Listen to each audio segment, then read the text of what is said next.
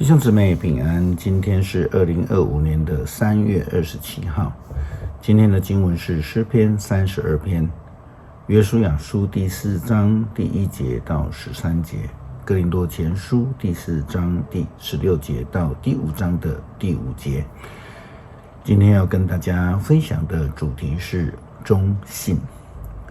上帝施恩赐福给以色列人，他差遣摩西带领以色列人出埃及，但是以色列人并不忠心的跟随，却制造了偶像来得罪了上帝。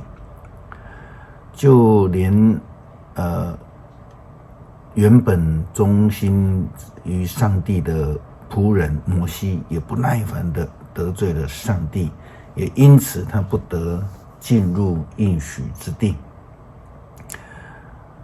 约书亚继承了摩西的任务，带领以色列人进入了上帝所应许的迦南地。约书亚带领他们用这个约旦河的石头来建筑了祭坛，来敬拜上帝。圣经记载呢，那些石头还在那里。约书亚书第4章第1节到13节，圣经说，全国人民都过了约旦河以后，上帝对约书亚说，你要从人民中选出12个人，每支族1个人，吩咐他们到约旦河中祭司站立的地方，取12块石头带过去，放在你们今夜扎营的地方。于是约书亚召集他所选出的12个人，吩咐他们，你们到约旦河里走到上主你们上帝约柜的前头，每一个人从河底取1块石头，扛在自己的肩上，每一块石头代表着以色列的支族。你们要对这些石头做纪念碑，将来你们的子孙问起你们，这些石头是纪念什么的，你们要告诉他们，上帝的约柜过约旦河时，河水停止流动。这些石头要永远使以色列人纪念在这里所发生的事。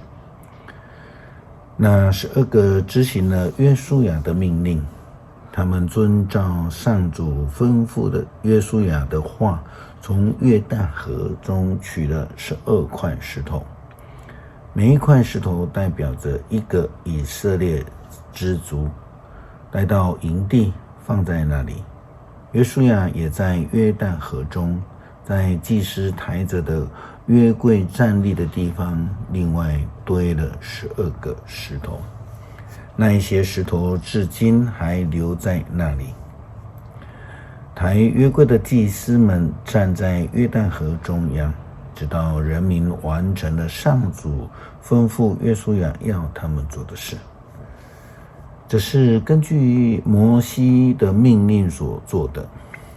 人民急忙着过了约旦河，他们到达对岸后，祭司们抬着上主的约柜，走过群众面前到前头去。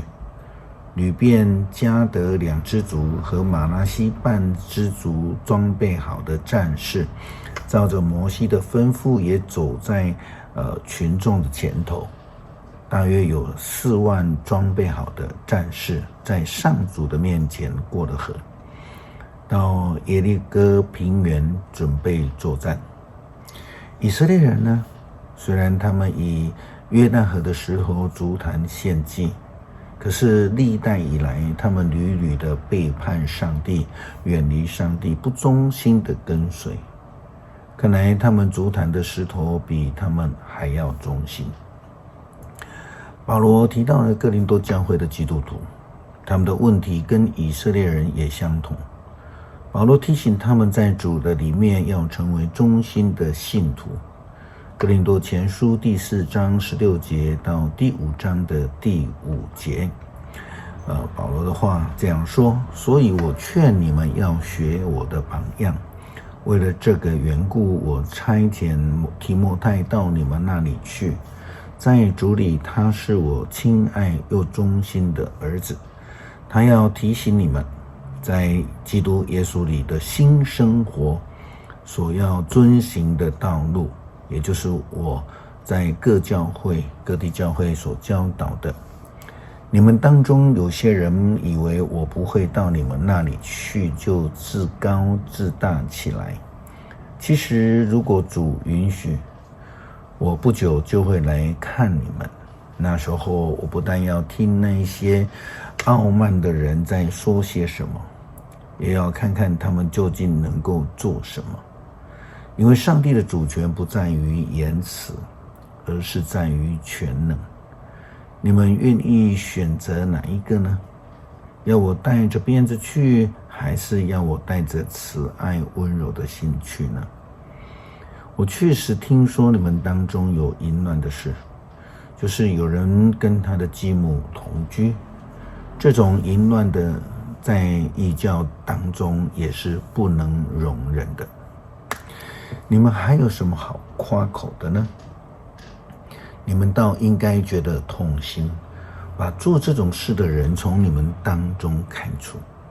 至于我，虽然我身体离开你们很远，但是我的心却跟你们在一起。我已经奉主耶稣的名判定了那犯这种淫乱罪行的人，好像我在你们那里一样。你们聚会的时候，我的心跟你们在一起。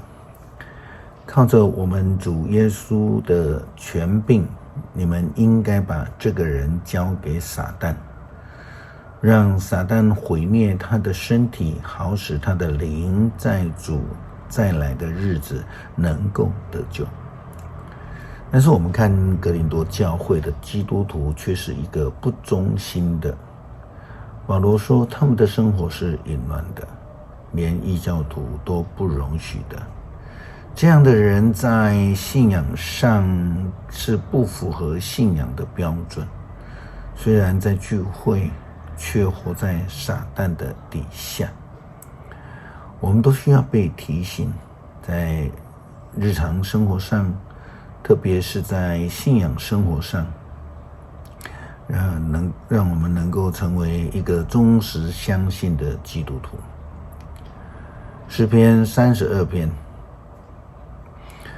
罪恶蒙赦免，过犯被宽恕的人，他是多么的有福啊！心里没有诡诈，不被上主定罪的人，他们是多么有福啊！我闭口不认罪的时候，终日哭泣，身心疲乏。上主啊，你日夜惩罚我，我精疲力竭，像水汽在圣所中蒸发。于是我向你承认我的罪，我不隐瞒自己的过犯，我决意向你陈明一切，你就赦免我所有的罪。因此所有诚诚的人都要趁你可寻找的时候向你祈求，洪水泛滥的时候就不至于被淹没。你是我藏匿的地方，你一定会救我脱离灾难。我高声颂赞你的拯救，因为你护卫我。上主说，我要指示你该走的道路，我要教导你，时时规劝你，不要像驴马那么的无知，必须用绝环系头管束才驯服。作恶的人一定遭受许多痛苦，信靠主的人却有慈爱环绕他。义人啊，要因上主的作为欢喜快乐，所有正直的人啊，你们都要欢呼。恳求上帝帮助，使我们从生活上、从信仰上各方面都能活出美好的见证，不但使我们蒙恩得救，也让我们因着忠信的生活而成为美好的见证，使人得益处。祷告奉主耶稣基督圣名求，阿们。